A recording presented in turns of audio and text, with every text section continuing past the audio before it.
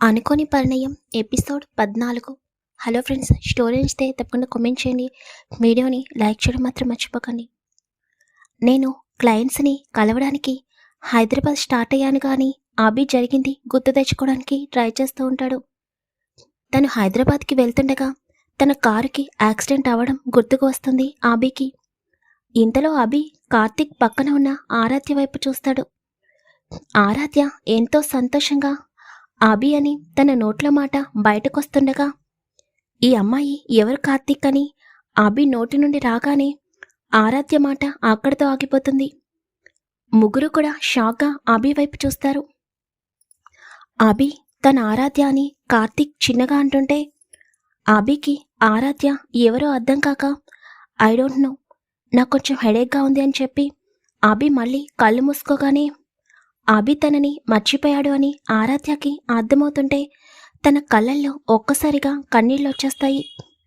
వెంటనే ఆరాధ్య స్పీడ్గా రూమ్ల నుండి బయటికి వెళ్ళిపోతుంది.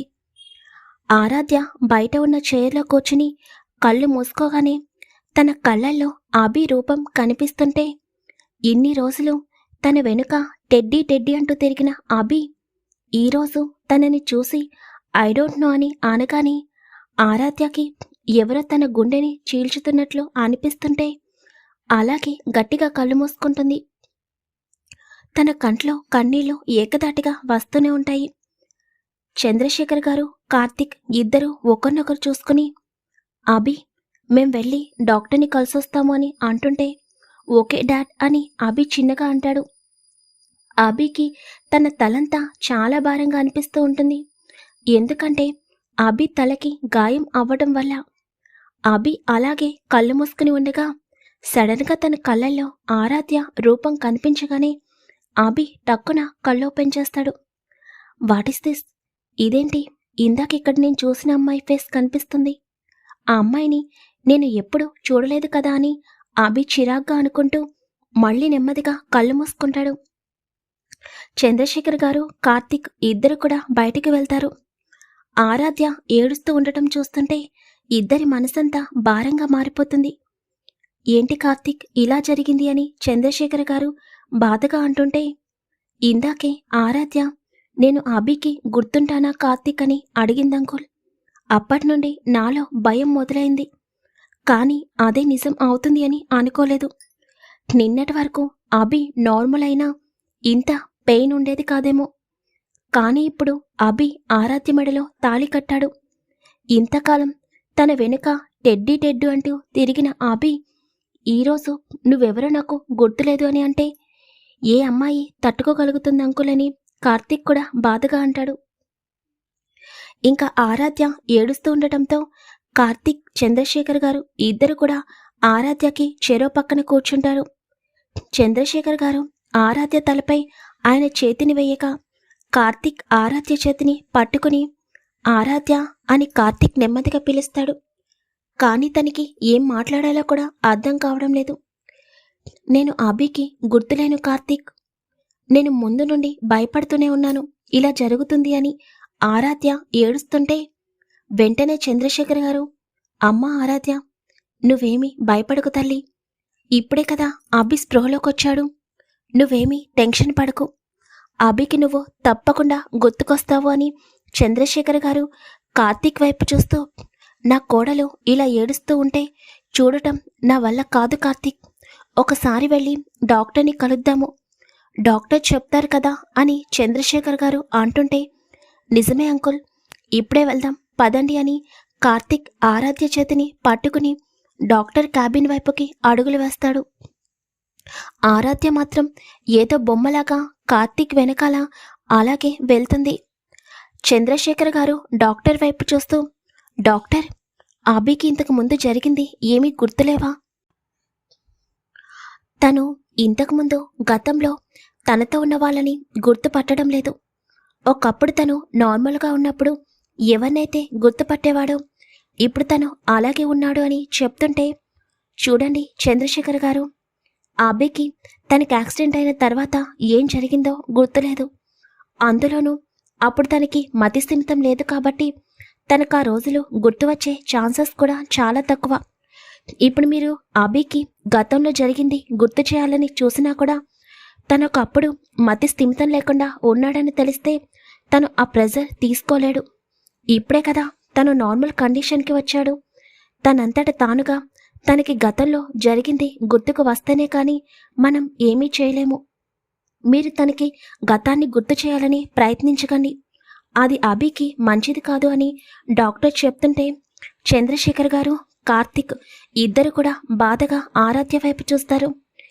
ఇంకా ముగ్గురు బయటకొచ్చిన తర్వాత ఆరాధ్య తన కన్నీళ్ళని తుడుచుకుని, అంకుల్ ప్లీజ్, అభి నార్మల్ అయ్యాడు, నాకు అంతే చాలు. అభికి మళ్ళీ నా వల్ల ఏదైనా జరిగితే నేను భరించలేను. ప్లీజ్ అభి నన్ను పెళ్లి చేసుకున్నట్టు ఇక్కడితో మర్చిపోండి అని ఆరాధ్య తన మెడలో ఉన్న తాళిని లోపలికి వేసుకోగానే అమ్మ ఆరాధ్య అని చంద్రశేఖర్ గారు బాధగా అంటారు. అవునంకుల్, డాక్టర్ చెప్పింది కూడా నిజమే కదా. అభి తన గతం మర్చిపోయి ఇంతకాలం మతిస్థిమితం లేకుండా ఉన్నాడు అంటే తను తట్టుకోగలడా? అభి బాధపడుతుంటే మీరు చూస్తూ ఊరుకోగలరా? అభికి గతం గుర్తు లేకపోవడం కూడా మన మంచిగా అనుకోవాలి.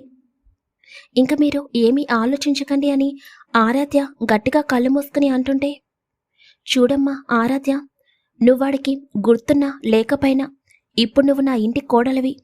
ఏది జరిగినా నువ్వు నా ఇంట్లోనే ఉంటున్నావు. కాదు, ఇప్పటి నుండి నువ్వు మన ఇంట్లోనే ఉంటున్నావు. నీకు అబ్బికి పెళ్లి జరిగిన విషయాన్ని నేను ఎవరికి చెప్పాలని అనుకోవడం లేదు. అలా అని నేను ఒంటరిగా వెళ్ళనిస్తానని అనుకోకు. ఇప్పుడు నువ్వు నా ఇంటి కోడలివి. నిన్ను అభిని ఒక్కడే చేయడానికి నేను నా ప్రయత్నం చేస్తాను. నువ్వాడి కళ్ళ ముందు తిరుగుతుంటే తప్పకుండా వాడికి నువ్వు గుర్తొస్తావు. నువ్వు బాధపడకు తల్లి అని చంద్రశేఖర్ గారు ఆరాధ్య వైపు చూసి అంటుంటే, అవునా ఆరాధ్య, ఇప్పుడే కదా వాడికి స్పృహ వచ్చింది. నెమ్మదిగా నీ జ్ఞాపకాలు వాడి మైండ్లోకి వస్తాయి. అప్పుడే వాడే నిన్ను గుర్తుపడతాడు. అభికి నువ్వు 100% గుర్తుకొస్తావు అని కార్తీక్ చెప్తుంటే, అభికి నేను కూడా దూరంగా వెళ్ళాలని అనుకోవడం లేదు కార్తీక్. అభికి గతాన్ని నేను గుర్తు చేయను. అలా అని అభికి దూరంగా కూడా ఉండను. తప్పకుండా అభి నన్ను ప్రేమించేటట్టు చేసుకుంటాను అని ఆరాధ్య గట్టిగా చెప్పగానే, ఇలాగే ధైర్యంగా ఉండు తల్లి, మా ఇద్దరి సపోర్టు ఎప్పుడు నీకే ఉంటుంది అని చంద్రశేఖర్ గారు ఇంకా ముగ్గురు కూడా అభి రూంలోకి వెళ్తారు.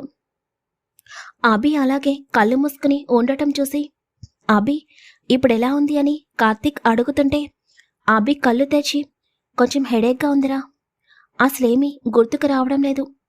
ఆ రోజు నేను హైదరాబాద్కి స్టార్ట్ అయింది ఒక్కటే గుర్తుంది అని అభి అంటుంటే, అభి నీకు యాక్సిడెంట్ అయ్యి ఎన్ని నెలలవుతుందో తెలుసా అని కార్తీక్ అడుగుతుంటే, అభి తెలీదు అన్నట్టు కార్తీక్ వైపు చూస్తాడు.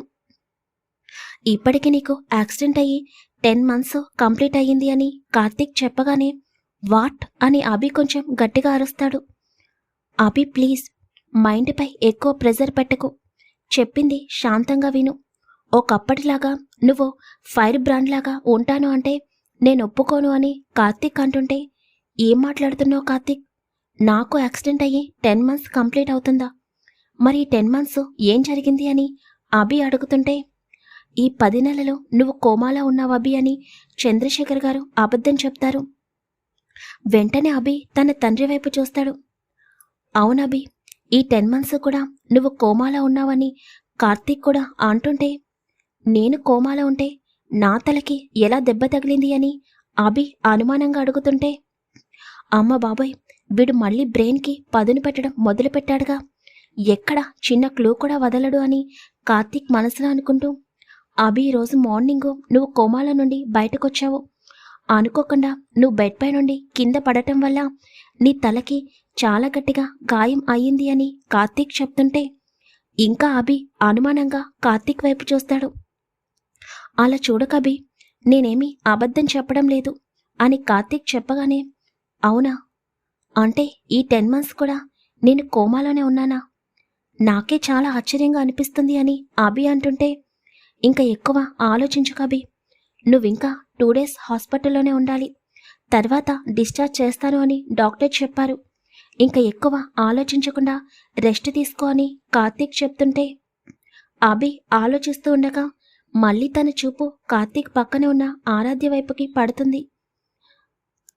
అసలు ఈ అమ్మాయి ఎవరు అని అభి మనసులో అనుకుంటూ, అవును, ఈ అమ్మాయి ఎవరంటే ఇందాక కూడా నువ్వు ఆన్సర్ చెప్పలేదు, ఎవరు తను అని అభి అనుమానంగా అడుగుతుంటే, నేను చెప్తాను అభి అని అంటారు చంద్రశేఖర్ గారు. ఇంకా అభి చంద్రశేఖర్ గారి వైపు చూడగానే, తను నా ఫ్రెండ్ కూతురు ఆరాధ్య. నా ఫ్రెండ్ రీసెంట్గానే యాక్సిడెంట్లో చనిపోయాడు. ఆరాధ్యకి మదర్ అలాగే సిస్టర్ ఇద్దరు ఉన్నారు. కానీ యాక్సిడెంట్ అవ్వడం వల్ల ఆరాధ్య మదర్ ప్రజెంట్ కోమాలో ఉన్నారు.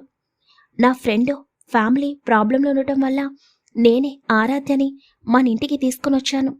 నువ్వు కోమాలో ఉన్నప్పుడు తను నిన్ను చాలా జాగ్రత్తగా చూసుకున్నది అని చంద్రశేఖర్ గారు చెప్పగానే అభి వెంటనే ఆరాధ్య వైపు చూస్తాడు. ఆరాధ్య అదే టైంకి అభి వైపు చూస్తుంది. ఇద్దరు ఒక క్షణం చూసుకోగా అభి వెంటనే తన ఫేస్ని పక్కకు తిప్పి, అవునా, అంటే ఈ అమ్మాయి మన ఇంట్లోనే ఉంటుందా అని అభి అడుగుతుంటే, అవును, తనకి ఏదో ఒక హెల్ప్ చేయాలని నేను అనుకుంటున్నాను. తను మన ఇంట్లోనే ఉంటుంది, ఇదే ఫైనల్ అని చంద్రశేఖర్ గారు చెప్పగానే అభి మౌనంగా ఉండిపోతాడు. ఇంకా కార్తీక్ అభి దగ్గర కూర్చుని ఉండగా పద్మావతి గారు హాస్పిటల్కి చేరుకుంటారు. చంద్రశేఖర్ గారు ఆరాధ్య ఇద్దరు కూడా హాల్లో కూర్చుని ఉంటారు. పద్మావతి గారు ఏడుస్తూ చంద్రశేఖర్ గారి దగ్గరకొచ్చి, ఏంటండి, అభికి యాక్సిడెంట్ అయిందంట, ఒక్క మాట కూడా చెప్పలేదు అని అంటుంటే, చెప్పినా ఏం ప్రయోజనం ఉంది అని చంద్రశేఖర్ గారు మనసులో అనుకుంటూ, నేను చెప్పకపోయినా తెలుసుకుని వచ్చావు కదా అని చంద్రశేఖర్ గారు అనగానే, ఇప్పుడు అభికి ఎలా ఉంది అండి అని పద్మావతి గారు కావాలనే తన నటనని బయటకు తీసి అడుగుతారు. ఎలా ఉందంటే ఏం చెప్పాలి, నా కొడుకుని ఇంతకాలం పిచ్చివాడు పిచ్చివాడు అని ఎగతాళి చేశావు కదా, ఇప్పుడు వాడు నార్మల్ అయ్యాడు అని చంద్రశేఖర్ గారు చెప్పగానే ఒక్కసారిగా పద్మావతి గారి కాళ్ళ కింద భూమి కంపించినట్టు అనిపిస్తుంటే, ఏం చెబుతున్నారు అని పద్మావతి గారు ఆశ్చర్యంగా అడుగుతారు. అవును, అభి ఇప్పుడు నార్మల్ కండిషన్కి వచ్చాడు, ఇప్పుడు వాడి ఎదురుగా మాట్లాడు అని చంద్రశేఖర్ గారు కొంచెం కోపంగా అంటుంటే పద్మావతి గారి గుండెల్లో గుబులు మొదలవుతుంది.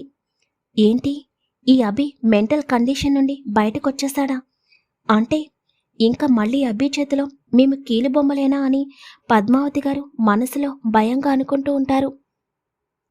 చూడు, ఇప్పుడు నువ్వు వెళ్ళి వాడి దగ్గర లేనిపోని నాటకాలాడకు. వాడు ఇప్పుడే స్పృహలోకి వచ్చాడు, వాడికి గతం గుర్తులేదు. ఇప్పుడు నువ్వు వాడి దగ్గరికి వెళ్ళి ఇంతకాలం వాడు మతిస్థిమితం లేకుండా ఉన్నాడు అని చెప్పావనుకో, నిన్ను ఇక్కడికిక్కడే చంపేస్తాను. వాడు ఇన్ని నెలలు కోమాలో ఉన్నాడు అని డాక్టర్ చెప్పారు, నువ్వు వినయ్ అదే ఫాలో అవ్వండి అని చెప్పగానే, అంటే ఇంతకాలం ఏం జరిగిందో ఈ అభికి గుర్తులేదా? అమ్మో, మళ్ళీ అది గుర్తుకొస్తే నేను వాడితో ఎలా ప్రవర్తించేదానినో కూడా గుర్తుకొస్తుంది. అంతా బంపర్ ఆఫర్ నాకెందుకని పద్మావతి గారు భయంగా అనుకుంటూ, నేనెందుకు చెప్తానండి, వాడు మంచిగా ఉండటమే కదా నాకు కూడా కావాల్సింది అని పద్మావతి గారు అంటుంటే, ఇప్పుడు నువ్వు వాడి దగ్గరికి వెళ్ళాల్సిన అవసరం లేదు.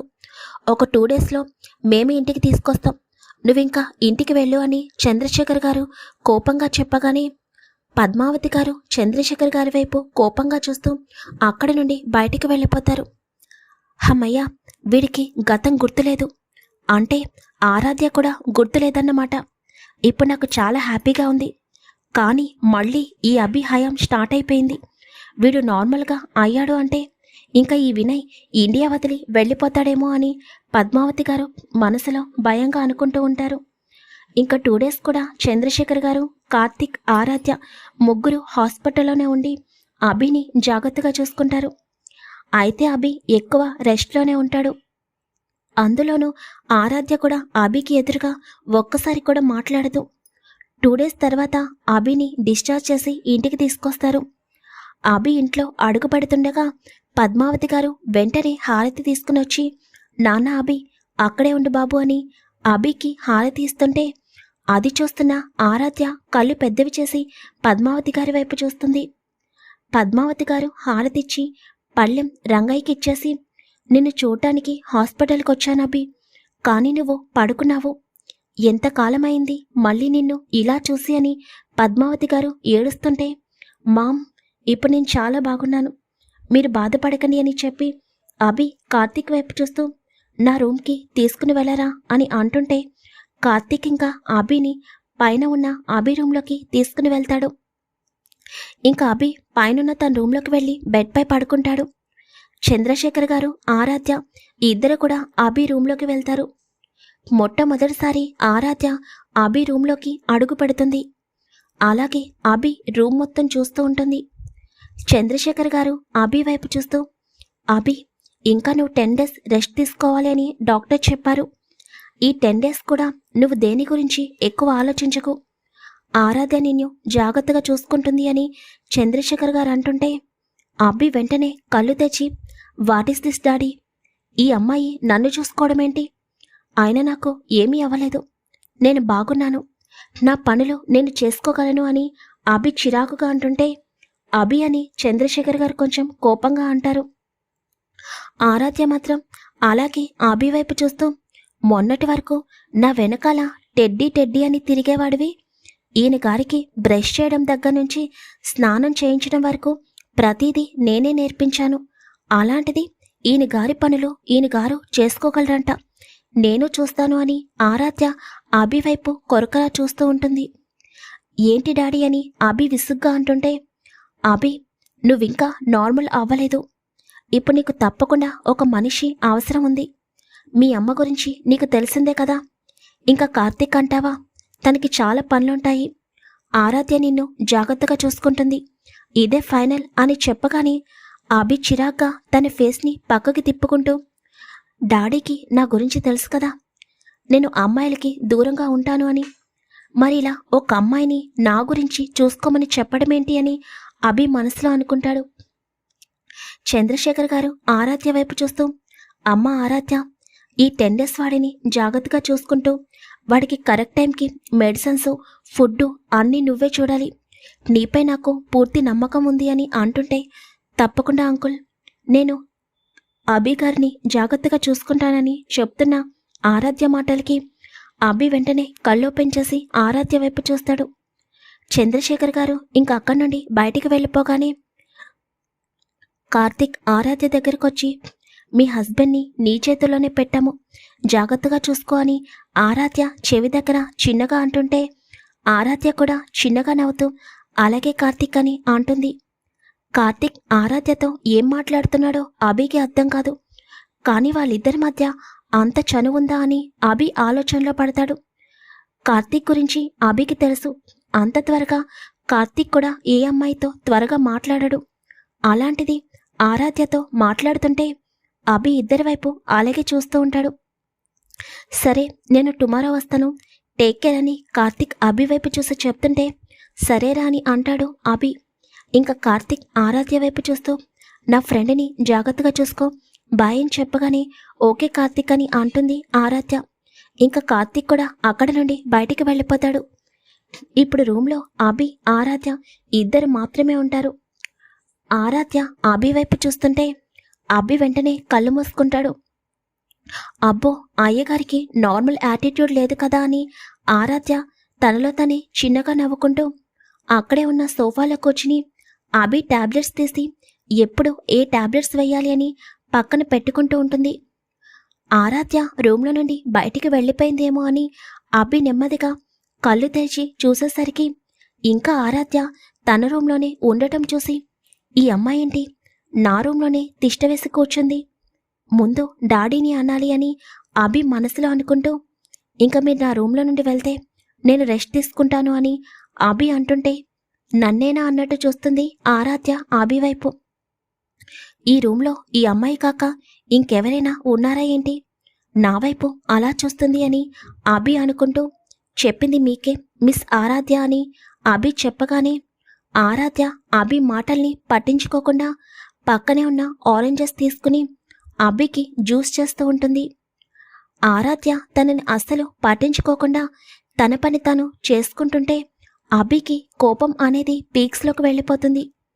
ఈ అమ్మాయిని డాడీ కనుక రికమెండ్ చేసి ఉండకపోతే ఈ పాటికి వేరే విధంగా ఉండేది, కనీసం నేను ఇన్ని మాట్లాడుతున్నా ఒక్కదానికి కూడా ఆన్సర్ ఇవ్వడం లేదు, అందరూ నన్ను చూసి భయపడుతుంటే ఈ అమ్మాయి ఏంటి కనీసం నా మాట కూడా పట్టించుకోవడం లేదు. అవునులే, నేను ఎలా ఉంటానో ఈ అమ్మాయి ఇప్పటి వరకు చూడలేదు కదా. ఒకసారి చూస్తే నాకు కళ్ళెదురుగా కూడా వచ్చే సాహసం చేయదు అని అభి విసుగ్గా అనుకుంటూ కళ్ళు మూసుకుంటాడు.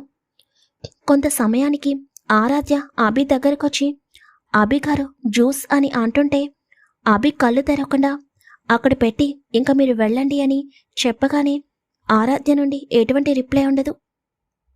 2 మినిట్స్ తర్వాత ఆరాధ్య వెళ్ళిపోయిందేమోనని అభి నెమ్మదిగా కళ్ళు తెచ్చి చూసేసరికి ఆరాధ్య తన బెడ్ దగ్గరే ఉండి జ్యూస్ గ్లాస్ పట్టుకుని తన వైపే చూస్తూ ఉండటం చూసి నిజంగా అభికి ఆరాధ్య బిహేవియర్ పిచ్చి పట్టినట్టు అనిపిస్తుంది.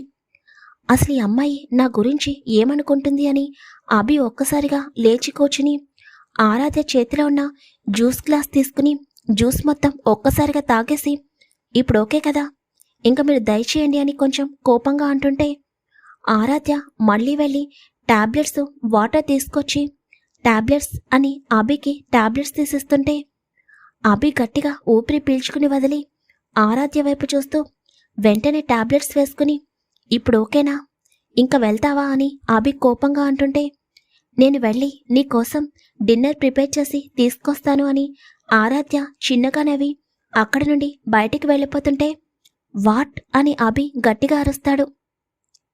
అభి అరుపు ఆరాధ్యకి వినిపిస్తుంటే లేకపోతే నన్ను గుర్తుపట్టవా, నిన్ను చూసి అందరూ భయపడతారేమో, కానీ నేను కాదు, నువ్వు నాకు ఎప్పుడూ చిన్నపిల్లాడివే.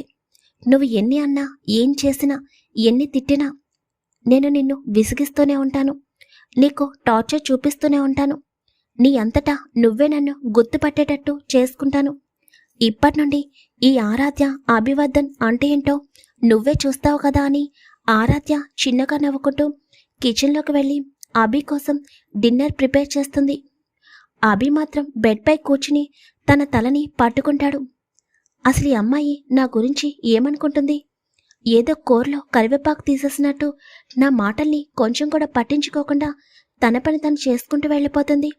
రేపు డాడీతో మాట్లాడాలి అని అభి అలాగే ఆలోచిస్తూ ఉండగా కొంత సమయానికి ఆరాధ్య ఒక ట్రాలీలో ఫుడ్ ఐటమ్స్ అన్ని పెట్టుకుని అభి రూంలోకి అడుగు పెడుతుంది. అభి బెడ్ వెనక్కి జారబడి ఆలోచిస్తూ ఉండగా తన రూంలోకి పర్మిషన్ లేకుండా డైరెక్ట్గా ఆరాధ్య రావడం చూసి ఇదేమైనా ఈవిడ గారు అత్తారిల్లు అనుకుంటుందా అని అభి ఆరాధ్య వైపు చూస్తూ లోపలికొచ్చేటప్పుడు నా పర్మిషన్ అడిగి రావాలన్న మినిమం కామన్ సెన్స్ కూడా లేదా నీకు అని అభి కొంచెం కోపంగా అంటుంటే ఈయన గారు మాత్రం నా పర్మిషన్ లేకుండా నన్ను ముద్దు పెట్టేసుకోవచ్చు, నా మెడలో తాళి కట్టేయచ్చు, నేను మాత్రం ఈయన గారి రూంలోకి రాకూడదంట, చెప్తా, అన్నీ గుర్తు పెట్టుకుంటున్నా, వడ్డీతో సహా తప్పకుండా తీర్చుకుంటాను అని ఆరాధ్య మనసులో అనుకుంటూ అలాగే మౌనంగా అభి వైపు చూస్తూ ఉంటే ఎప్పుడు అభి అమ్మాయిని ఎక్కువగా చూడకపోవడంతో అమ్మాయి యొక్క ఫీలింగ్స్ అనేవి తనకి తెలియవు. ఇప్పుడు ఆరాధ్య మనసులో ఏమనుకుంటుందో అభికి అర్థం కాక ఏం మాట్లాడినా అలా బొమ్మలాగా మౌనంగా నా వైపు చూస్తుందేంటి, నిజంగా ఒక్క రోజులోనే టార్చర్ చూపిస్తుంది అని అభి మనసులో కోపంగా అనుకుంటూ ఉంటాడు. మరి అభికి ఆరాధ్యపై ఎప్పుడు లవ్ మొదలవుతుంది? మన ఆరాధ్య పాప అభిని అస్సలు వదిలేటట్లు లేదు. అభికి గతం గుర్తులేనప్పుడు ఆరాధ్య తనని జాగ్రత్తగా చూసుకున్నదని అభికి తెలిసి ఆ విధంగా అభికి ఆరాధ్యపై ప్రేమ పుట్టడం కరెక్టా? ఆరాధ్య గురించి ఏమీ తెలియకుండా ఎప్పుడు కూడా ఏ అమ్మాయిని కూడా చూడని అభి తనంతట తానుగా ఇప్పుడు ఆరాధ్యని ప్రేమించడం కరెక్టా? యాటిట్యూడ్గా ఉన్న అభి మనసులోకి ఆరాధ్య రావడం కరెక్ట్ కదా? మరి ఆరాధ్య అభి బ్యూటిఫుల్ లవ్ జర్నీ చూడడానికి అందరూ రెడీగా ఉండండి. స్టోరీ ఎలా ఉందో తప్పకుండా ప్రతి ఒక్కరు కామెంట్ చేయండి. వీడియో లైక్ చేయడం మాత్రం మర్చిపోకండి.